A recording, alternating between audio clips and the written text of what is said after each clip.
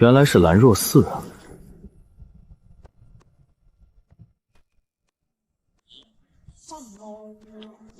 哼，书呆子，不想死就赶紧滚！这里连活人的落脚地都没有，更别提客栈了。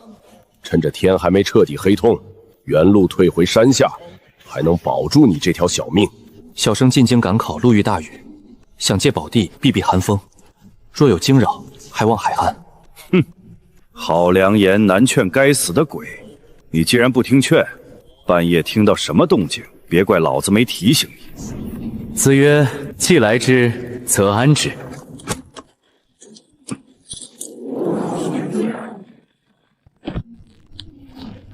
圣人的意思是，妖魔鬼怪既然来了，小生就让他们安葬在这里。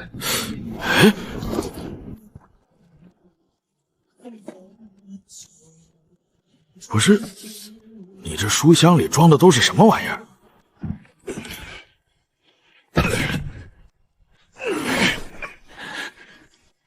怎么地上还砸出了个3尺深坑？小生不曾习武，所以平时手无缚鸡之力。毫无缚鸡之力？是啊，我一个弱书生，出门在外，只好带点防身之物。哼，花里胡哨！到时候就算你喊破喉咙，我也不会拔一下剑。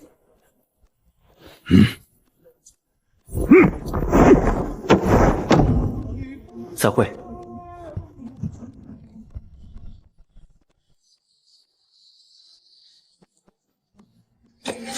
习矣，不好犯上，而好作乱者，谓之有也。怎么突然好冷啊？公子，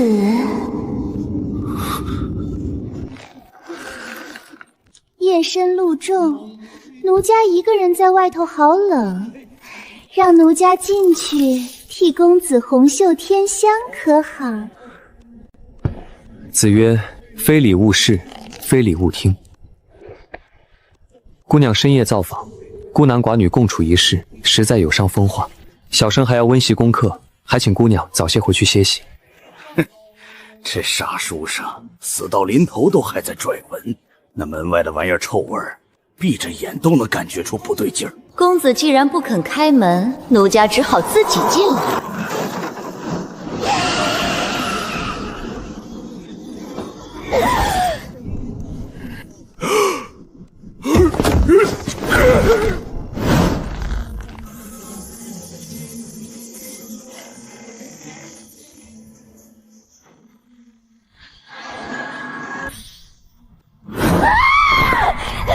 姑娘且慢。子曰：“君子不纵则不威。”意思就是，君子打人如果不下重手，就树立不了威信。姑娘坏了小生的读书规矩，就这么走了，恐怕不合礼数。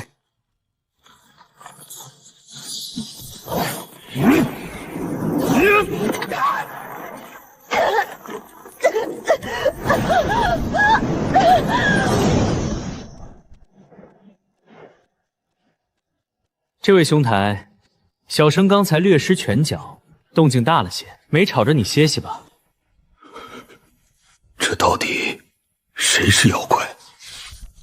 我这30年的道法算是白修了。原本还觉得这兰若寺破败不堪，不是个读书的好地方，可现在看来，这里简直是老天爷赏赐的宝地。随便跑出来一个不讲礼数的孤魂野鬼，就能让我对圣人学问的理解加深一层。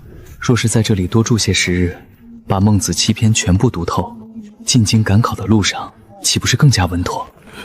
燕兄，小生决定了，小生打算在这兰若寺叨扰半个月。这里的环境极其清幽，正适合闭门做学问。等小生把孟子彻底读透，再启程进京也不迟。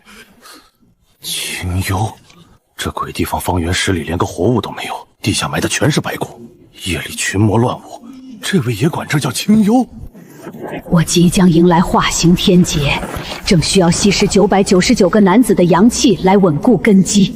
天殿里那个源头抵得上成百上千个普通男人的精气，只要吞了那个人，我就能立刻突破妖王境界，称霸这方圆百里的黑山地底。只是那画皮鬼死得太快了，连一点有用的信息都没传回来。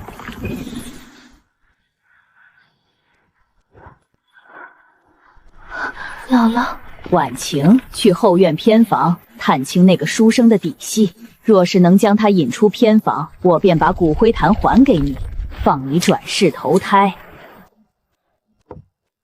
公子，夜雨寒凉，奴家在山中迷了路，可否讨口热水喝？姑娘，夜深人静，你衣衫湿透，这般模样在外行走，实在有伤风化。小生虽与燕兄在此歇息，并非孤男寡女，但你这副模样进来，亦是极不妥当，还请姑娘去别处避雨。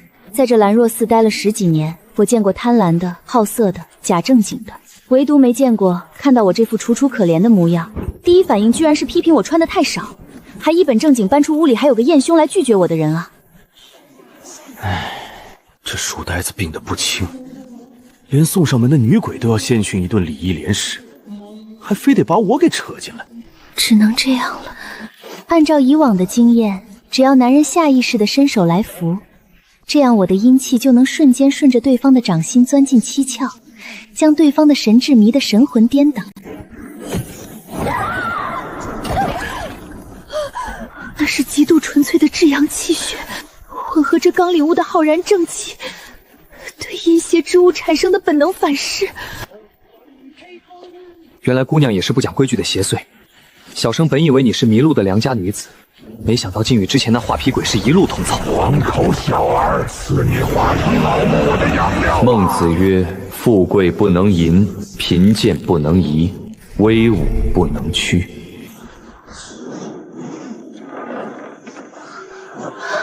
天地有正气，杂然复流行。姑娘，小生观你面带凄苦，身上虽有阴气，却无多少害人的业障。你深夜来此试探，可是有什么难言之隐？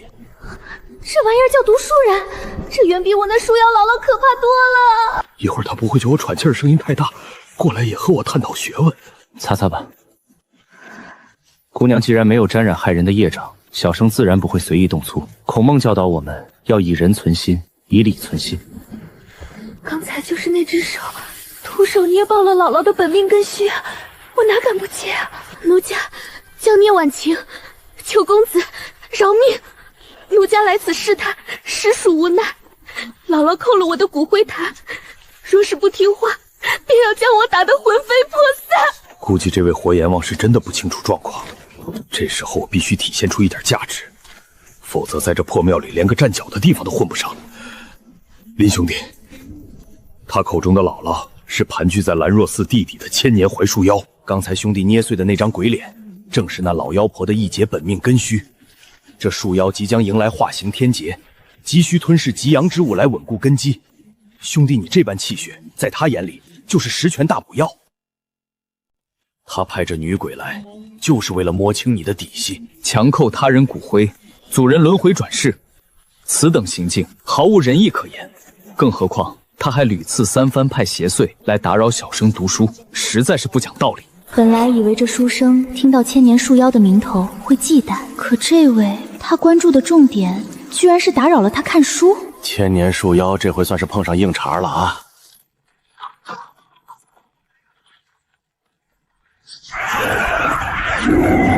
那老妖婆被毁了本命根须，遭到反噬发疯了。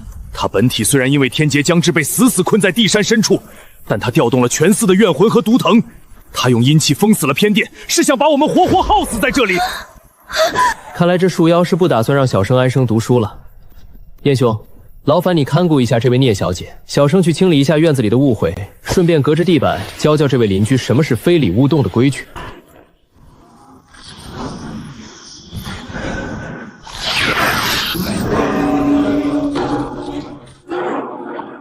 不过尔尔。子曰：不学礼，无以立。邻里之间讲究个和睦，你这般胡搅蛮缠，弄脏了小生的院子，实在是有辱斯文。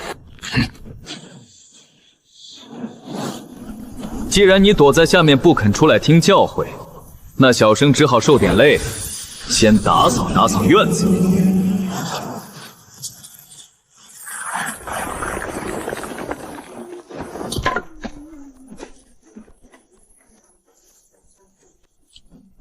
找到你了，那小生现在就亲自把规矩给你送下去。子曰：“君子不器。”圣人的意思就是，真正的强者是不屑用武器杀死对方的，极致的力量打死对方才是仁慈。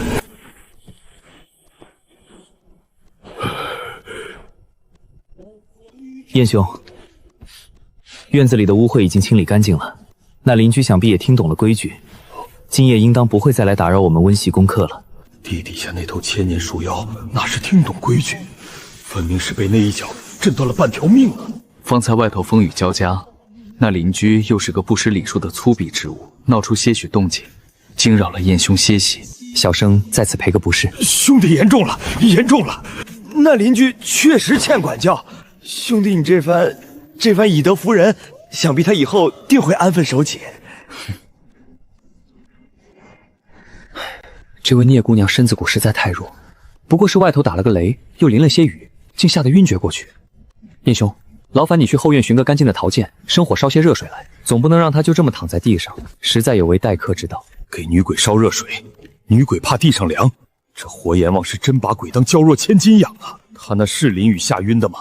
他那是被你一脚踩出的纯物理震荡波，生生震散了护体烟气，好吗？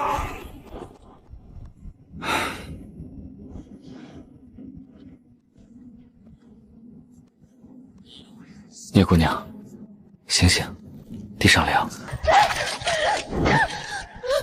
姑娘莫怕，外头的污秽已经清理干净了。小生是个读书人，说过不会伤你，便绝不食言。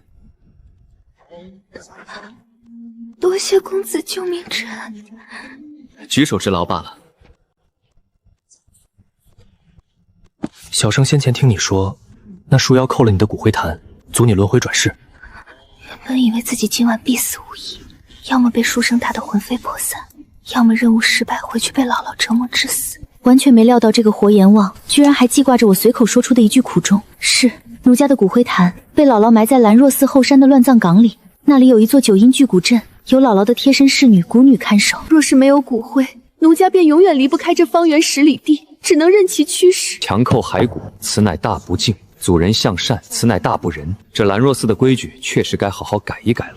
不过今夜已深，此时去后山扰人清梦，终究失了礼数。姑娘且在此安心歇息，待明日天亮，小生温习完功课，再随你去后山走一遭，找那位蛊女好好讲讲道理。至阳气血，浩然正气，这书生竟能将肉身练到这般地步，那一脚踩断了我半条命，更是将我积攒了100年的阴气震散了30%。天劫将至，若是不补足亏空，本座必死无疑。只是单凭自己现在的状态，若是那书生找上门来，绝对十死无生。去黑山，把本座那半截养了300年的太阴雷木挖出来，送去给黑山老妖，告诉他兰若寺来了个硬茬子，请他派内卫过来助阵。只要能度过此劫，本座愿奉他为主。想不到我修道30载，今天居然用道家真气来给女鬼烧热水，祖师爷您可别怪我啊，要怪就怪人家拳头大。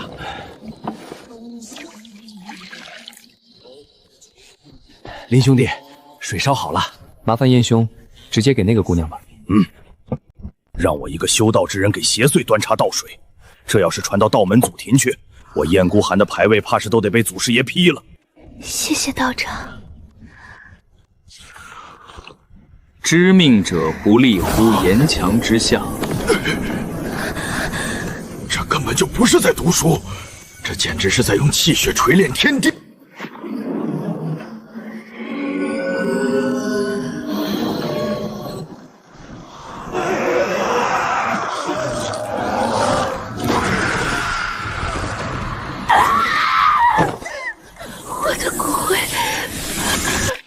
在抽后山的阴气，阵法提前动。九阴巨骨阵全开了，那老妖婆疯了，她受了重创，现在是在无差别吞噬乱葬岗所有的游魂来填补亏空。这女鬼的骨灰坛就在阵眼，照这个抽法，腾不过半炷香就会魂飞魄散。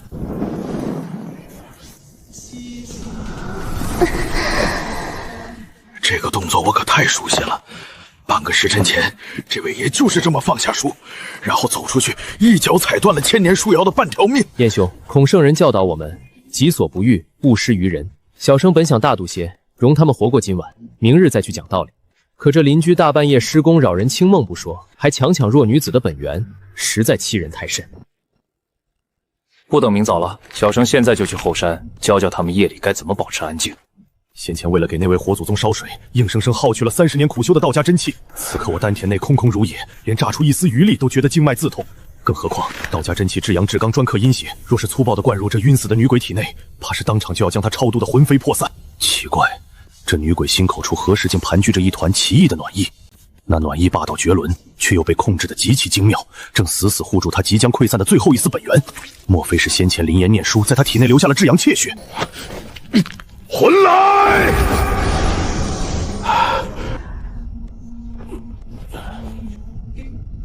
还是去看看能不能帮上什么忙吧。夜半施工，大兴土木，实在是有辱斯文。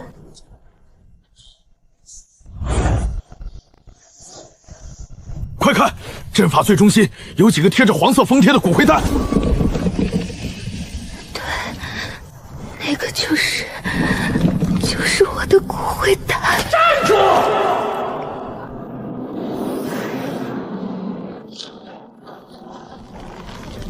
姥姥有令，九阴巨骨阵运转期间，擅闯后山者，杀无赦。这位姑娘有礼了。子曰：“己所不欲，勿施于人。”夜已深了，诸位在此大声喧哗，制造噪音，不仅扰了小生读书的清静，还强抢这位聂姑娘的物件，实在有违礼法。可否行个方便，停下这阵法，将骨灰坛还来，大家各自安息，岂不美哉？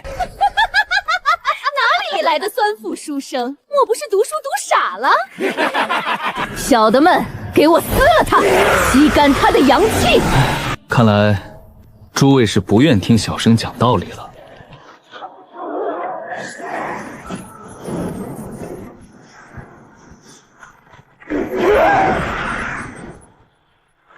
你到底是什么妖怪？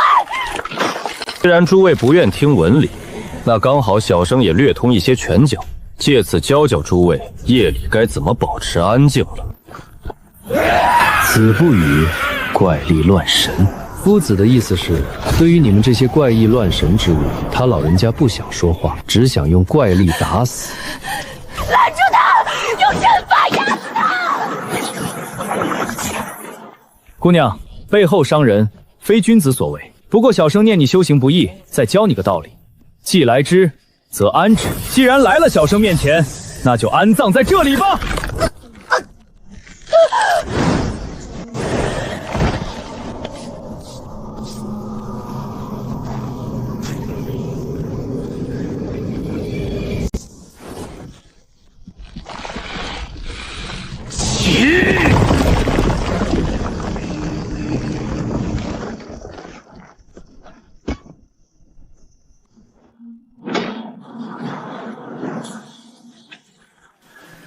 这一晚碎的不仅是千年树妖的炸坟，还有我那30多年的道心啊！聂姑娘，你的物件小生替你讨回来了。公子大恩，奴家结草衔环，万死不辞。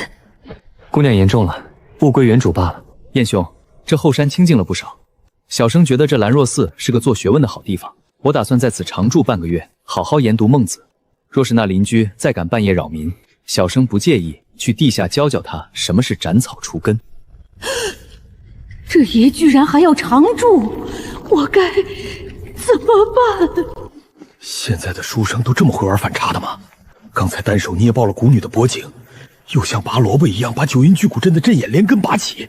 这春雨下的连绵，山道实在泥泞难行。聂姑娘还没恢复，且莫要摔了聂姑娘。现在别说是让我抱女鬼，就算你让我把乱葬岗的墓碑挨个擦一遍，我燕孤寒也绝对会卷起袖子干得热火朝天。公子救命之恩，奴家无以为报。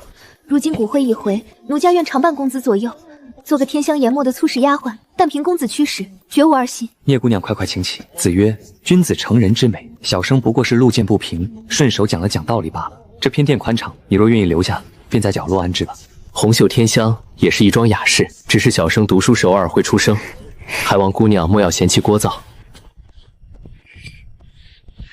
林兄弟，折腾了一宿，你也早些歇息。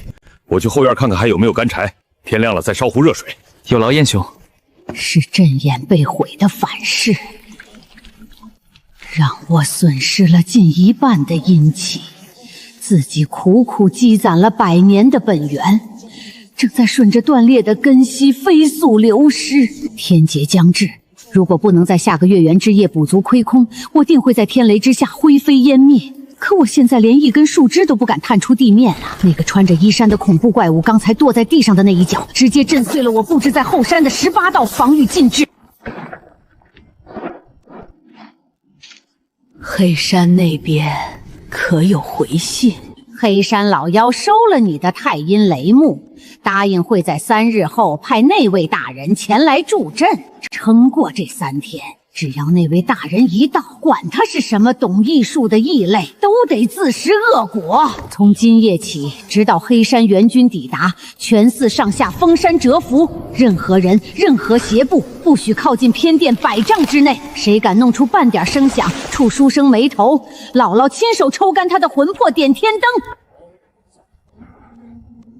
日上三竿，偌大个兰若寺死寂的像个巨大的坟墓，没有鸟叫，没有虫鸣，连风吹过树叶的声音都轻得出奇。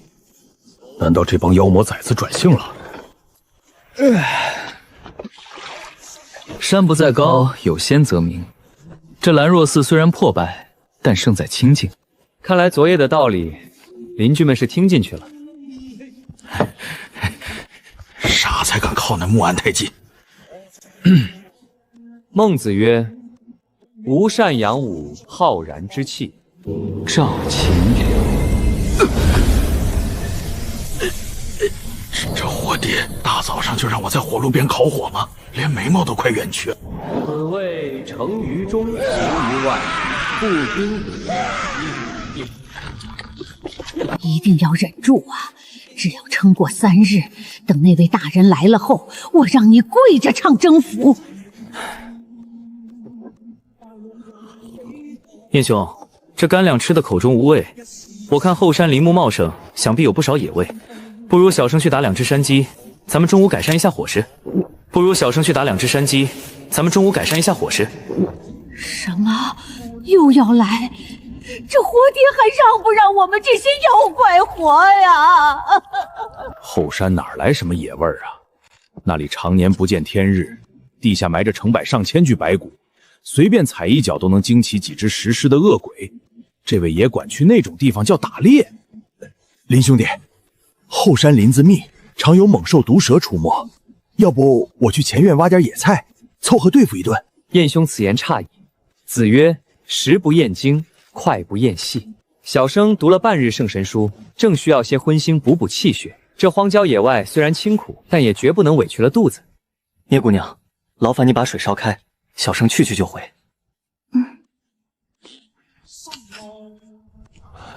现在只希望后山那帮妖魔鬼怪能跑得快一点。都给姥姥把气憋住！谁敢弄出半点动静，我活剥了他的皮！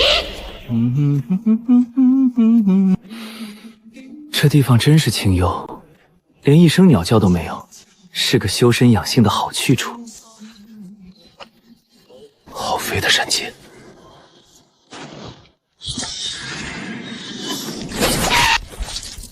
要怪就怪你命不好。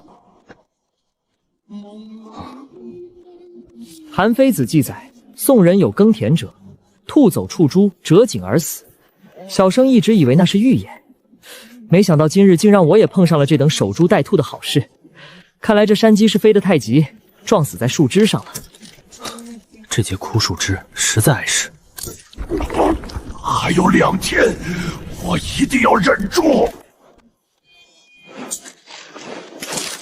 这只山鸡虽然肥硕，但去了毛和内脏，剩下的肉恐怕不够3个人分。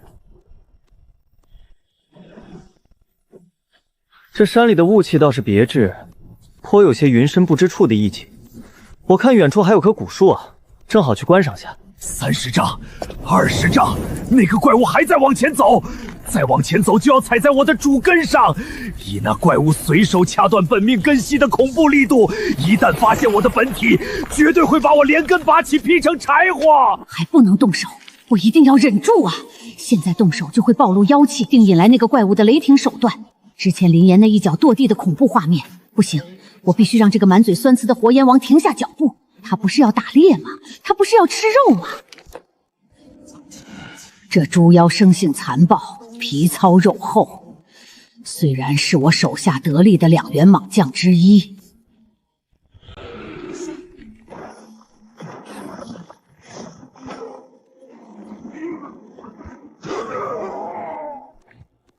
爷爷饶命啊！礼记有云：凡祭宗庙之礼，牛曰一元大武，士曰刚来。小生本以为这荒山野岭能寻只寻常野猪便算走运，没想到竟能遇上这等品相的刚来。看来今日何该我等大快朵颐。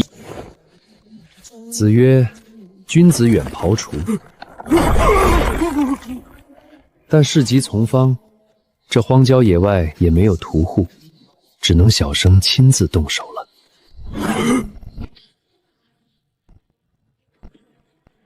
这刚熟倒是温顺，知道自己大限已至，连挣扎都不曾有半分。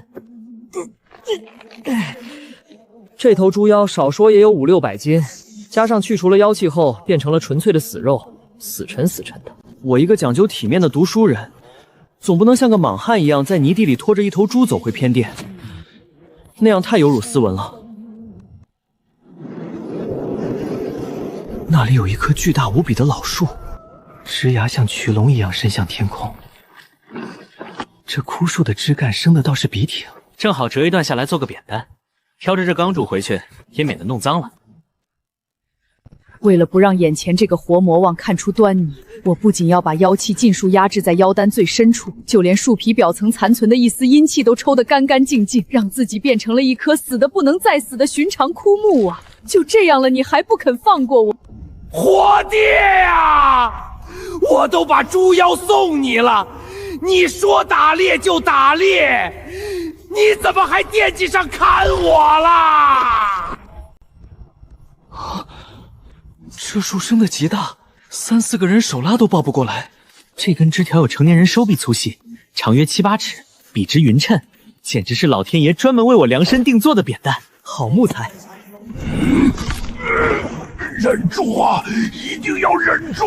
诗经有云：伐木丁丁，鸟鸣嘤嘤。小生今日借贵土第1节库之，全当是物尽其用，得罪了。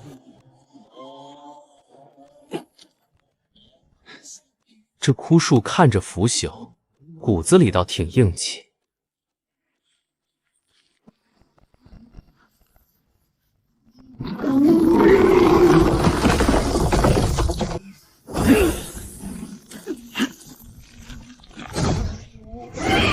那个是书生啊，你撇不动就撇不动啊，现在怎么还发力拽呀？如果任由他这么拽下去，我这根枝干绝对会被硬生生扯断。但更可怕的是，以那怪物随手掐断本命根须的恐怖蛮力，很可能会在扯断枝干的同时，顺带着把我的本体连根拔起。一旦本体破土而出，我这几百年的道行今天就得交代在这里。只能这样啦。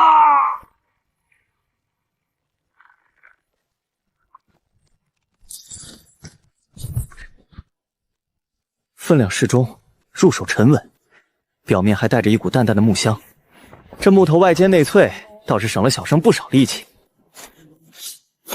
多完美的一根扁担啊！2天还有2天，只要再熬过2天，黑山老妖的援军一到，我发誓一定要把这个书生的皮完整的剥下来，糊在自己的树干上点天灯。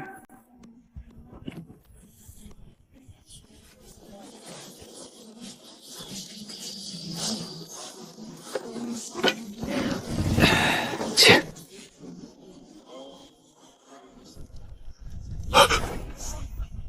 这书生肩上挑着的那头野猪，獠牙比我的小臂还长。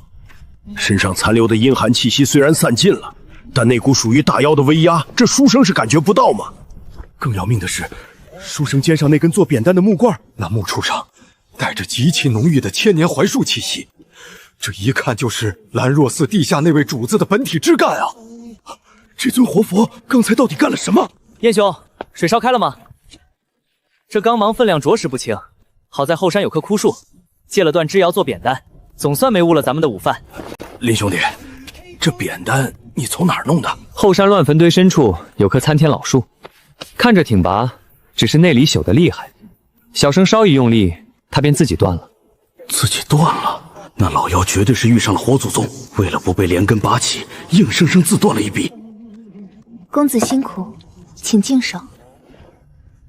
有劳聂姑娘，这刚设便交由你处理了。小生去温习几篇经文，饭好了换我。这黑甲猪妖我可早有耳闻，是后山有名的凶物，寻常道家符箓打上去，连根毛都烧不掉。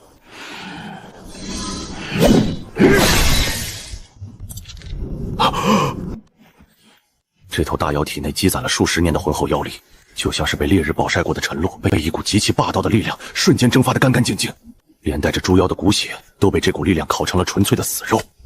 难怪皮这么硬，这根本不是肉身凡胎能切开的东西。这辈子学过的道法，都喂了狗。燕道长，公子说他饿了，我们得快些生火。聂姑娘，你看我像切得动这玩意儿的人吗？这猪皮比铁板还厚，除非拿我的本命飞剑来锯，不然咱们今天只能抱着它啃。公子留在里面的气血还没散，顺着这道口子切。道长动作快些，莫要让公子久等。老树妖绝不可能咽下这口抽筋拔骨的恶气。兰若寺这潭被暂时压制的死水，随时都会掀起滔天巨浪。切了半炷香的功夫，才勉强割下2斤后腿肉。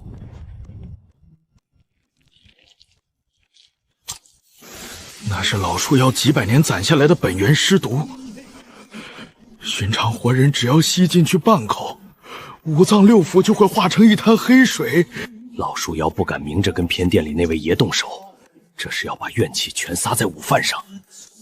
他要毁了这头猪，顺带毒死院子里的2个活物。林兄，小心！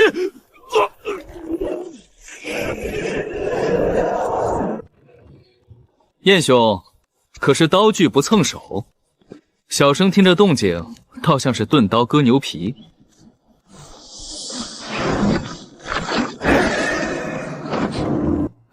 论语相当有云：歌不正不实，拟而有败，色恶不实。这荒山野岭的食材本就来之不易，若染了这等污秽之物，便只能糟蹋了。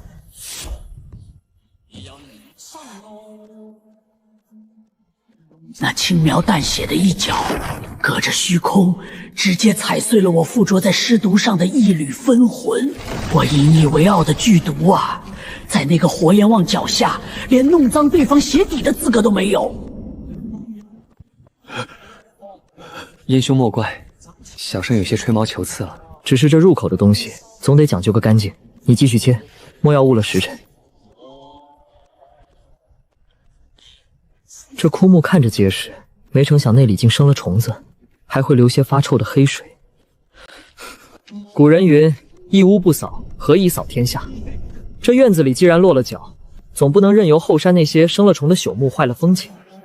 燕兄，劳烦你多切些肉，等吃过午饭，小生再去后山走一趟。那棵参天枯木既然生了虫害，留着也是祸害其他草木。小生去给它松松土，顺手把虫除了。松土除虫？什么？你还要来？黑山老妖的援军还有2天才到，可上面那个活阎王吃完饭就要来刨我的根了，我该怎么办？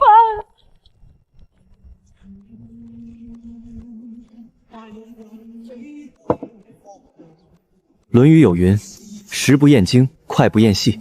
聂姑娘这火候掌握的极好，这刚胄生前体格强健，肉质果然不凡。燕兄，小生这便去后山走一趟。那老树朽得厉害，又生了恶虫，小生带根棍子去敲打敲打，免得脏了手。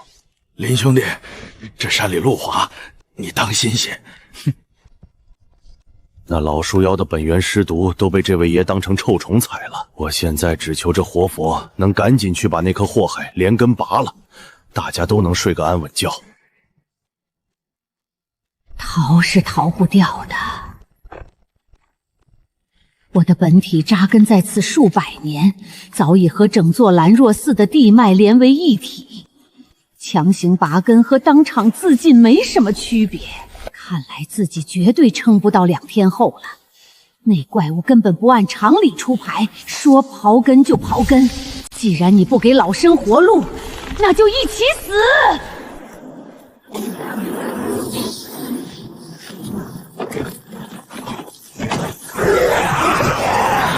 趁现在去吸干那个修士的精血来强行续命！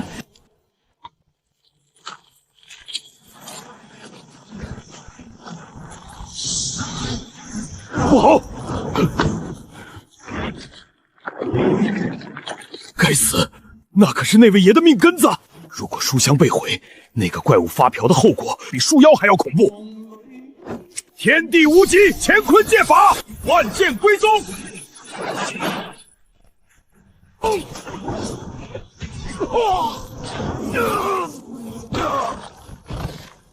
天道场。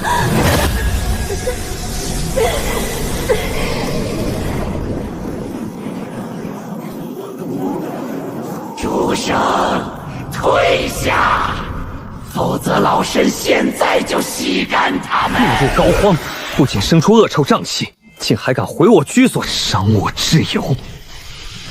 霸夷有云：是可忍，孰不可忍！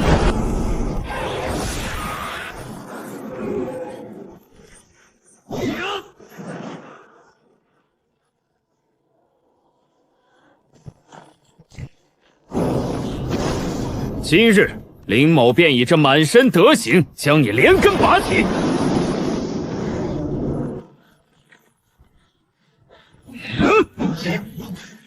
可恶啊！那根本不是人类该有的力量啊！那是一头披着人皮的人形凶兽！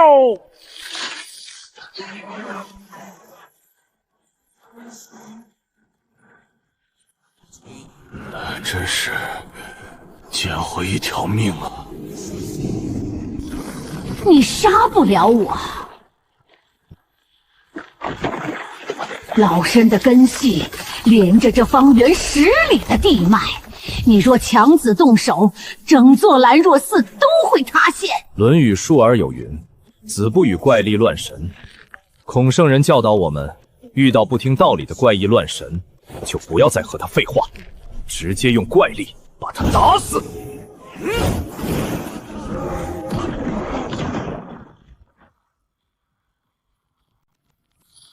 不要啊！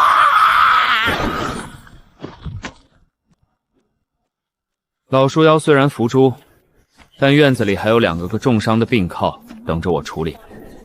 公子，你看，书香我守护住了，我厉害吧？林兄弟，那老树妖死了，连根拔起，烧成了灰。燕兄高义，拼死护住小生的圣上书，此等恩情，林某记下。燕兄，你肋骨断了7根，肺腑受了些震动，小生不懂那些仙家医术，只能用些笨法子替你推拿一番，过程可能有些痛，你且忍忍。笨法子。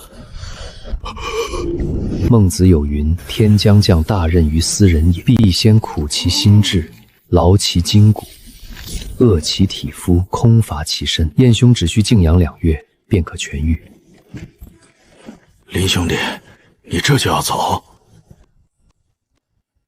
叨扰多日，也该启程了。小生还要赶路，燕兄有伤在身，便不必相送了。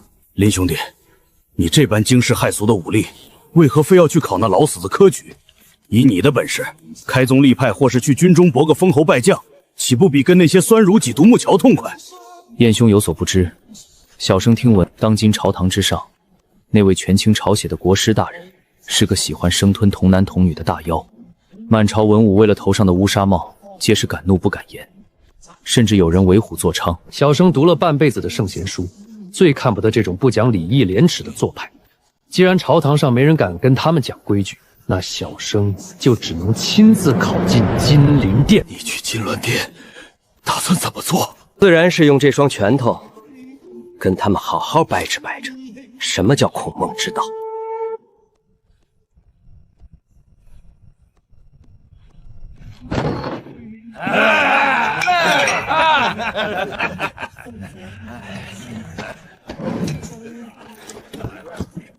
客官，打尖儿还是住店？劳烦掌柜，来一碗素面，一壶热茶。若是有干净的客房，再备一间。小生赶了一天的路，实在有些乏了。嘿嘿嘿，哟，这荒郊野岭的，还真有细皮嫩肉的读书人敢走夜路。小兄弟，你就不怕山里的野狼把你生啃了？圣人教诲，君子坦荡荡。小生行得正，坐得端，自有浩然正气护体，寻常野兽不敢近身。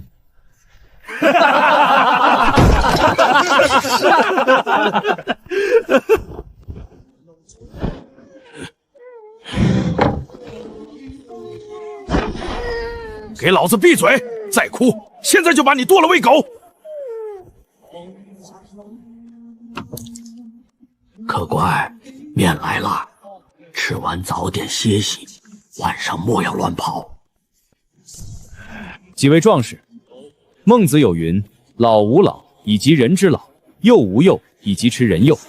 诸位带着兵面，想必是走江湖的好汉，将制成装在麻袋里随意踢打，此等行径，未免有违江湖道义。你个酸如活腻了！老子们替国师府办事，给上面搜罗药引子，你算什么东西？也敢来管老子的闲事？下辈子投胎，记得少管闲事。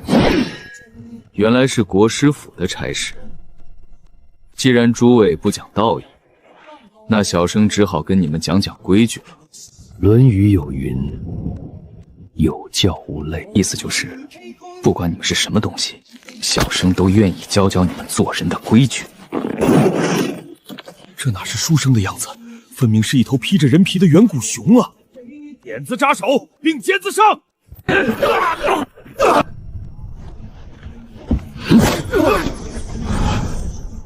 身染妖邪，助纣为虐。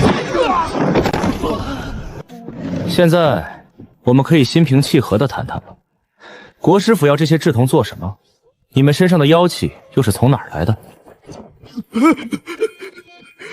好汉饶命！小的们只是外围的跑腿，真不知道国师府的具体谋划，只知道上面下了死命令，每个月必须凑齐100个童男童女送到黑风岭的转运站。至于妖气，那是国师府赐下的神仙散，吃了能刀枪不入。小的们真不知道那是妖物的东西。黑风岭，小妹妹莫怕，坏人都被小生讲道理劝走了。黑风岭在哪个方向？很好，《论语》有云：“既来之，则安之。”既然你们来了，就安心的长眠于此吧。掌柜的，这些钱算作打坏桌野的赔偿，劳烦你给这孩子弄点吃食，明早雇辆牛车送他回乡。看来在进京考取功名之前，我得先去黑风岭讲一讲学问了。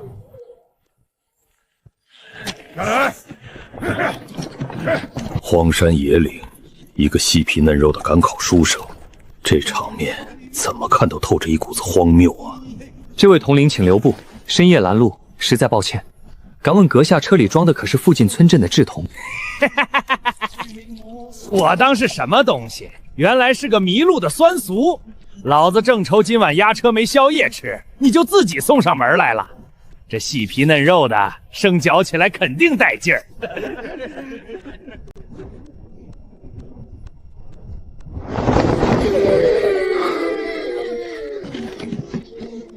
礼记有云：“大道之行也，天下为公，选贤与能，讲信修默。故人不独亲其亲，不独子其子。是老有所终，壮有所用，幼有所长。念的什么鸟语？去2个人，把这酸奴的胳膊卸下来，给老子下酒。小生本想跟诸位好好讲讲圣人的道理，奈何诸位听不懂人话。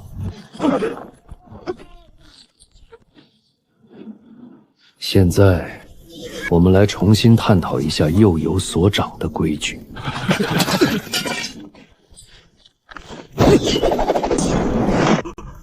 饶命！饶命啊！好汉饶命！好汉饶命啊！统领阁下，小生的规矩还没讲完，这就要走。国师府的规矩森严，要是丢了这批药引子，回去也是被扔进万蛇谷的下场，只能这样了。那可是国师府赐下的高阶神仙散，平时我都只敢刮一点粉末兑水喝，今天便宜你小子了。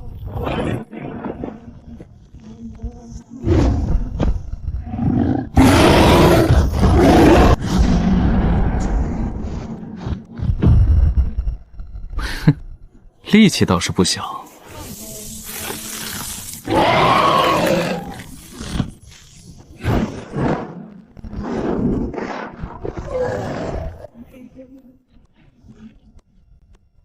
现在，回答小生几个问题。黑风岭的转运站在什么位置？上面有多少人能把守？你别得意，今晚刚好是交接之日，国师府的巡山使就在山顶黑龙洞，会把你生吞了。多谢指路。《论语》有云：“君子成人之美。”既然你这么推崇那位巡山使，小生这就送你去地下等他。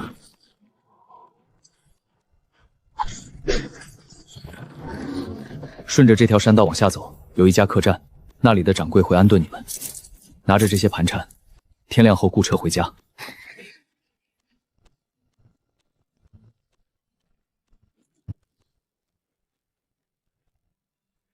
既然国师府的大人物今晚就在山顶，那我这个进京赶考的读书人，自然得去好好拜会一番，顺便讲讲京城的规矩。